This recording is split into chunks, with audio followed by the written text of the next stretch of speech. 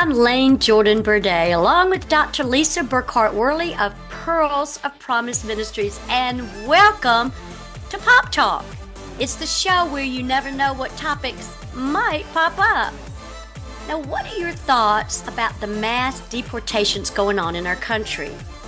There have been protests nationwide concerning these, and are these deportations justified? Well, that will be the subject we discuss on today's Pop Talk program, and Lisa will introduce our guest. Well, thanks, Lane. Our guest today is Alex Kocman. He's going to speak about a very controversial subject right now, and that is immigration. Alex is the Director of Communications and Engagement at the Association of Baptists for World Evangelism. He is the author of Striving for the Faith, A Journey Through Philippians for Life on Mission. He was also the co-author of a book, Missions by the Book, How Theology and Missions Walk Hand in Hand. In addition, Alex hosts two podcasts with ABWE called the World View and Cloud of Witnesses. Alex resides in York, Pennsylvania with his wife and 4 children. He serves as both an elder and a staff member at Faith Bible Fellowship Church. And so we want to welcome you to Pop Talk, Alex. And I want to just say you're a brave guy wanting to delve into the subject of immigration right now. First of all, we want to know your thoughts about all the protests concerning the mass deportations of illegal immigrants by the United States Immigration and Customs Enforcement Group, which is called ICE. Everybody knows them by ICE. Is their protest warranted? And is the mass deportation of illegal immigrants morally justified, Alex? Well, I'm either brave or incredibly unintelligent and unaware of the risks. But thank you for having me on. Obviously, a critical topic for us. The crucial thing when we think about immigration is what applies at a personal level also applies at a national level. So for me to be a guest in someone's home is going to mean that I want to demonstrate Christian love. I want to be a faithful and I want to be a well-behaved guest. Well, for some reason, we lose track of these categories when we're thinking at the national level.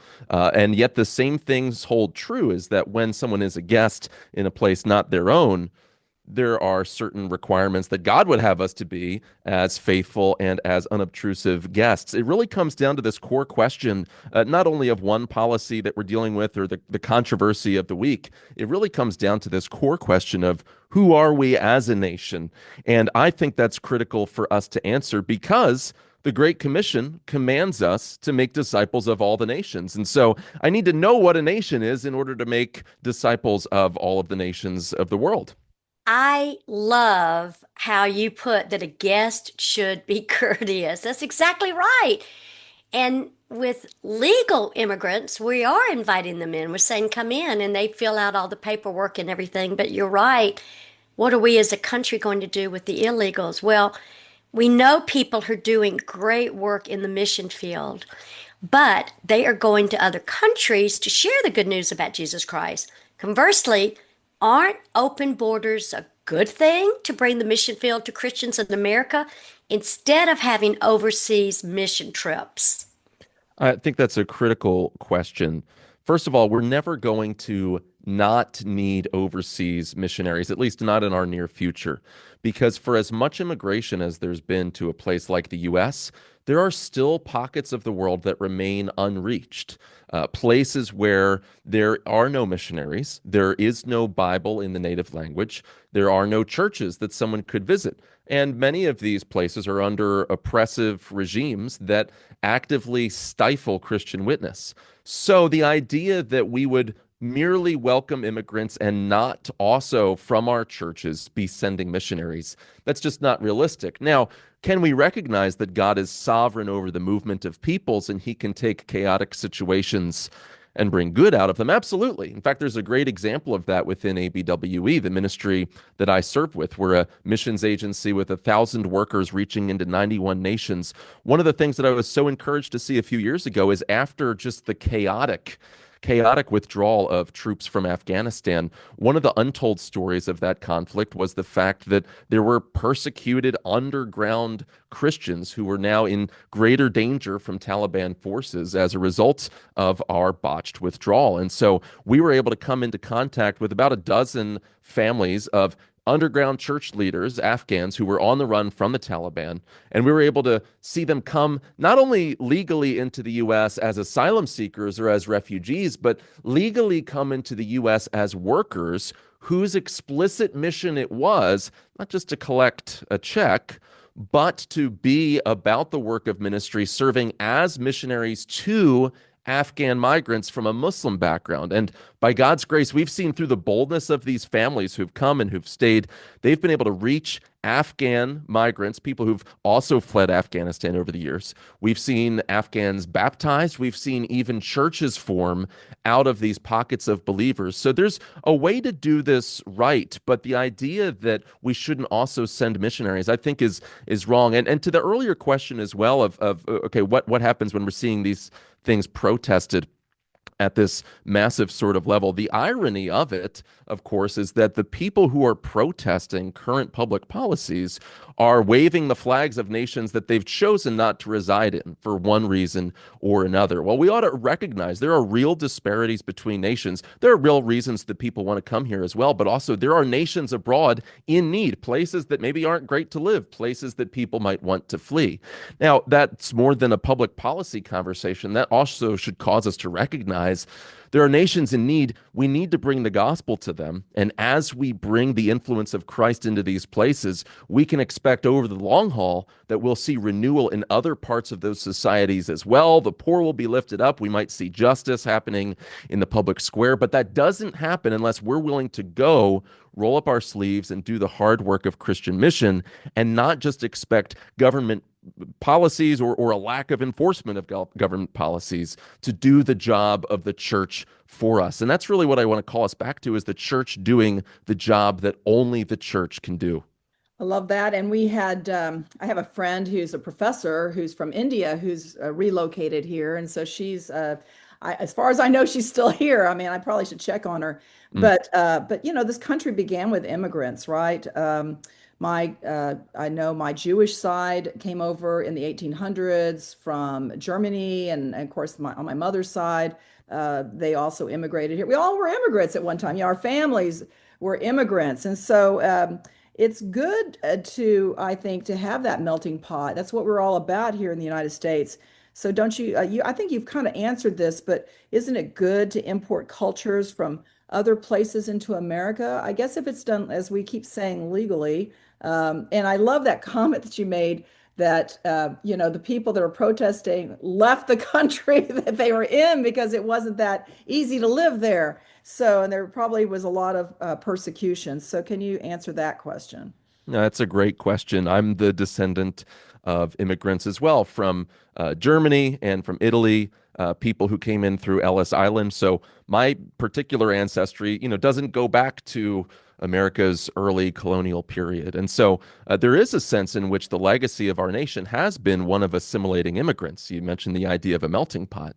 But what does that assume? That assumes that there's a level of assimilation. The irony is when we send missionaries overseas, we, meaning organizations like ours, but also in general, Christian churches that are engaged in sending cross-cultural workers. The wisdom is to engage in a healthy form of contextualization. You want to be a good house guest. You want to learn the language.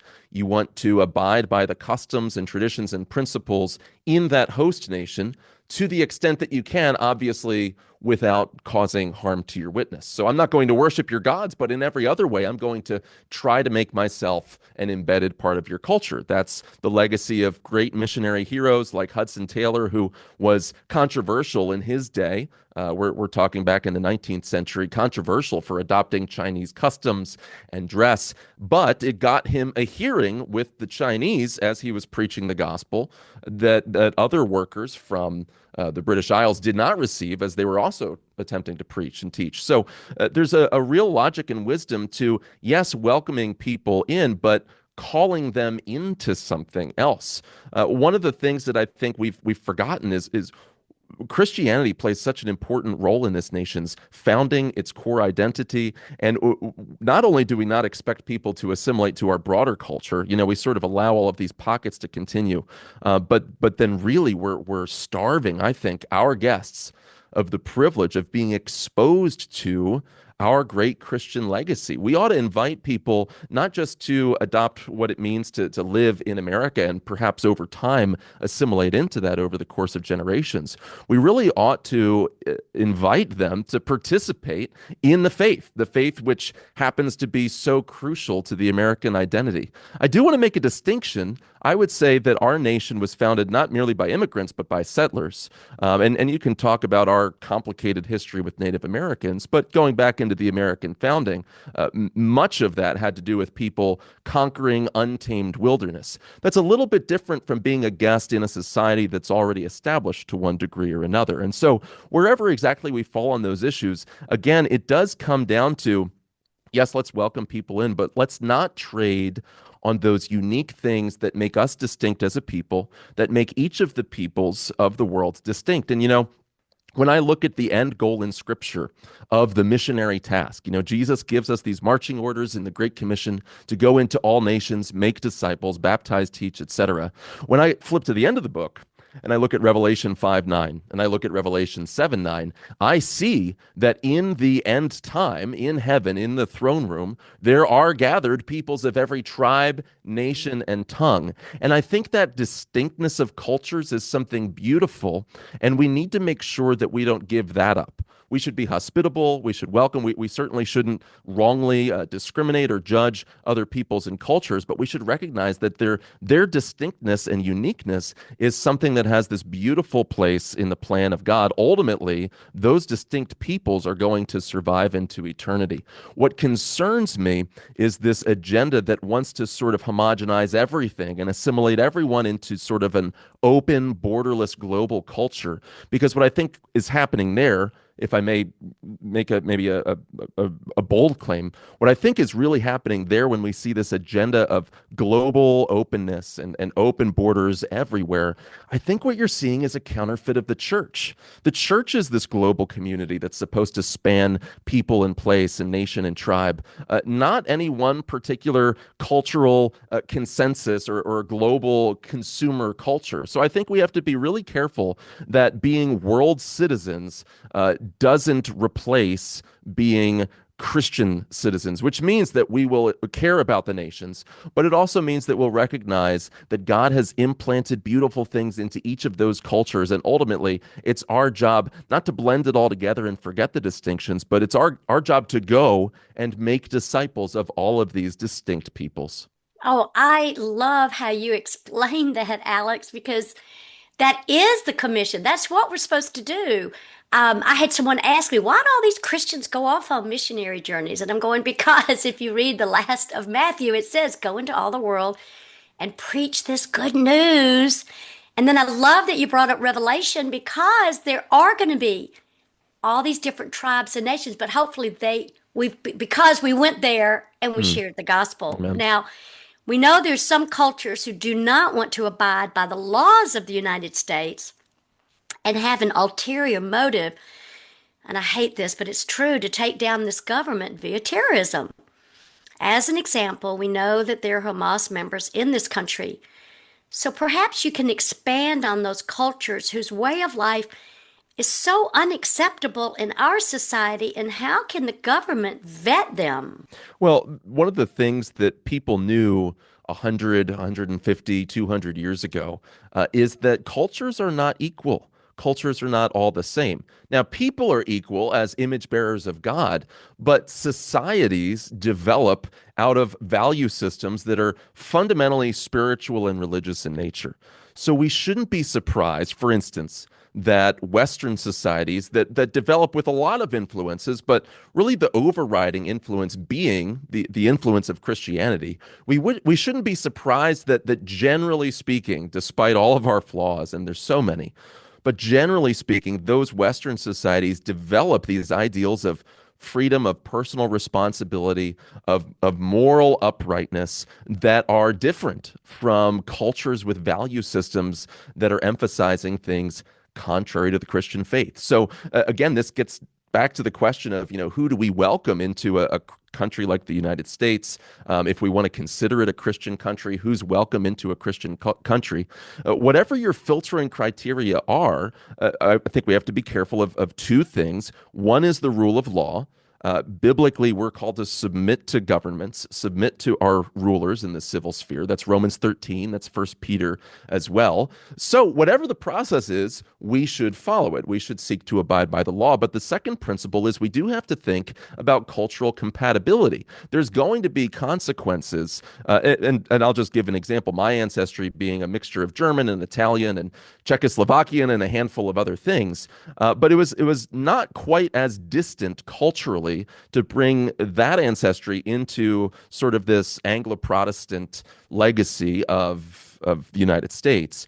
For my great grandparents a few generations ago, that's not as distant a leap as it is for someone who's, for instance, Hindu through and through, to join this largely Protestant, although increasingly less so, but this legacy Christian culture of the United States.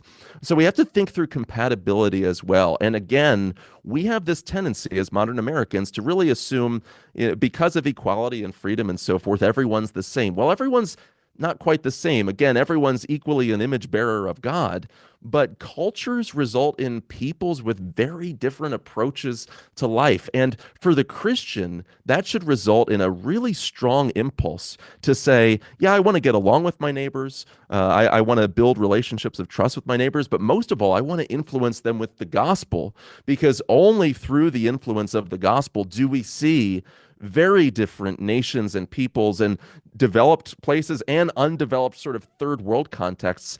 Only through the influence of Christ do we see those people begin to do what the prophet Isaiah describes and beat their swords into plowshares. What we can't do is just take the sort of the modern accoutrements and privileges that we have as Americans in this sort of liberal world order, this rules-based order that we have, and just plop our democracies into other cultures and expect them to work well. No, cultures change from the inside out, and the only thing really that brings about lasting peace in the hearts of individuals and societies is the reign of the Prince of Peace. And that's why missions is primary here, continuing to send people to the ends of the earth with the mission of making Christ known. I'm not sure you answered our question, though, Alex. We were talking about what do we do about these people that have an agenda to upend the American government? Are you saying that we need to witness to them, that we need to accept them, and just hopefully that the gospel of Jesus Christ will get into their hearts because they are exposed to it? Or I just want to get a kind of defined answer on Yeah. this, because I No, think excellent. the listener is probably listening and wondering where you stand on that. No, I think that's so obvious that I almost forgot to answer it. No, I think it's very clear. If we're talking about people that we think have terrorist sympathies, those are the types of people that we need to deny entrance into the country. Again, that assumes that we're thinking through basic things that I mentioned, like the rule of law, like the fact that we need to think through cultural compatibility. You add on to it this added layer of people that we know wish us harm. I think it's the most obvious thing that we would deny those sorts of people entrance into our home. For my household, when I invite my neighbors over, I know I can't invite every single neighbor all at once because then I wouldn't be a good host. Everybody has a capacity, but I'm certainly not going to invite people that I know actively wish my family and I harm. I'm not going to invite intruders into my home in that harmful and violent sense. So we have to think through clear categories here. There's certainly some people who they might arrive at the borders and we would say no. And we would say no, not out of a hatred for other peoples, but out of a love for our own nation, our own people, and the things that we want to protect. Thank you so much for answering that question. Now I think everybody's clear where you stand. But there's a lot of pride in this country, I believe, and we live in Texas where there's an extreme amount of pride. And there are a lot of people that believe that America should just attempt to preserve what we've got now, its own culture, and that maybe we've got all the immigrants we need since we've received, that's how we were founded, because of immigration. But now it's like we have a good population, we don't need anybody else. What are your thoughts on that? It's a good question. And certainly looking at the demographic trends, immigration is at an all-time high. We can go into our neighborhoods, into our cities, and just see the composition of those places is dramatically different from what it would have been a generation ago. When I look at my own personal life, my family has adopted And that's been a wonderful journey. It's taught us so much about the patience of God. But we also recognize that while we have adopted, we know that we have a certain capacity. And if the Lord were to lead us to adopt again, well, we would need to get certain other things in order first. We need to care for the children that God's entrusted to us now, need to get a few of them out of the house. And I don't think it's wrong or unloving to think through those obligations in the appropriate order. Older theologians had this concept of the order of loves. It's something that Augustine talks about, Aquinas talks about, C.S. Lewis wrote at length about. And so we should recognize that capacity is an issue. Now, for the United States, we're not talking about one household. We are a very large thing. You could argue we're a little bit more of an empire than a country right now. But I am sympathetic to people that would say, do we reach a capacity at a certain point where we're not loving not only our people well, but we're really not even loving the foreigner well because we're not inviting them into something that's stable as far as assimilating you to a way of life, a way of relating to neighbors, certainly doing all of that in the fear of God. And instead, we begin to run ourselves ragged because we have overextended ourselves. In the missions world, we talk about, toxic charity. You can want to help, but sometimes helping hurts. I think the same thing can be true politically. So I'm not by any means a policy expert. I'm just trying to connect a few dots between the cultural issues and what the church should be doing. But I do have sympathy to people that would say, there's capacity limitations, and maybe if we hit pause in a few areas, get a few things figured out, and then we'll be better poised to show love and grace and mercy and hospitality as a society to our neighbors. But I think it starts with putting first things first. Yes, I love that set of priorities because we can't just let everyone in. And I think there is a maximum at times. Yeah, I love how you said, let's get things right first. Well, Alex, as you know, well, you might not know, but we are a ministry that fights against anti-Semitism, which makes my heart happy. Lisa had a Jewish father, and my husband is fully Jewish. And we know that anti-Semitism is on the rise, but is persecution against the church on the rise as well here in America? If so, what are you seeing? It's a great question. Persecution, I do think we need to understand. When we talk about persecution, we tend to think of somebody holding you up at gunpoint, asking you to deny your faith. And certainly that's not commonplace in the U.S. as it might be, for instance, in a country like Iran, or even look at a place like Israel. It's hard to be a Christian there. It's possible, but it's hard to be outward and evangelistic about your faith. Those things are discouraged as well. We look at other countries, China, North Korea, obviously. But persecution usually goes through several smaller, more incremental steps before it ever gets to that direct point of hot conflict. And I do think for years we've seen what Aaron Renn calls the negative world. And he's a social observer of trends. For a while, we had the positive world in U.S. culture where it doesn't mean everyone was Christian, but to claim to be a Christian actually bought you social capital. It increased your credibility in the eyes of society. All of our presidents in all of our history have always claimed to be Christian, regardless of how sincere they were, right? Then, for a period of time, we entered into sort of this neutral world.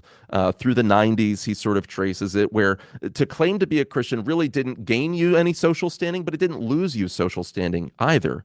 Well, right around the time where we shifted on things like gay marriage and the Obergefell decision, then we started to enter into this negative world category, where now for me to claim to be not only a Christian, but a consistent biblical follower of Christ, that's going to cause me to lose social standing in my peer group most of the time. Now, you hear a lot of people over the last several months talking about this vibe shift, and I think we are seeing a real vibe shift in the U.S. You're seeing Gen Z men in particular hungering for something that's authentic and historically rooted and biblical. You're seeing them return to church. You're seeing Bible sales in 2024 hit records. And so I think there's a real possibility that persecution in that softer sense of discouraging people from publicly, outwardly pressing the claims of Christ into society, I think you're seeing some of the resistance to that subside as there's more of a groundswell of interest in Christianity, this thing that we've kept at arm's length for a few generations now.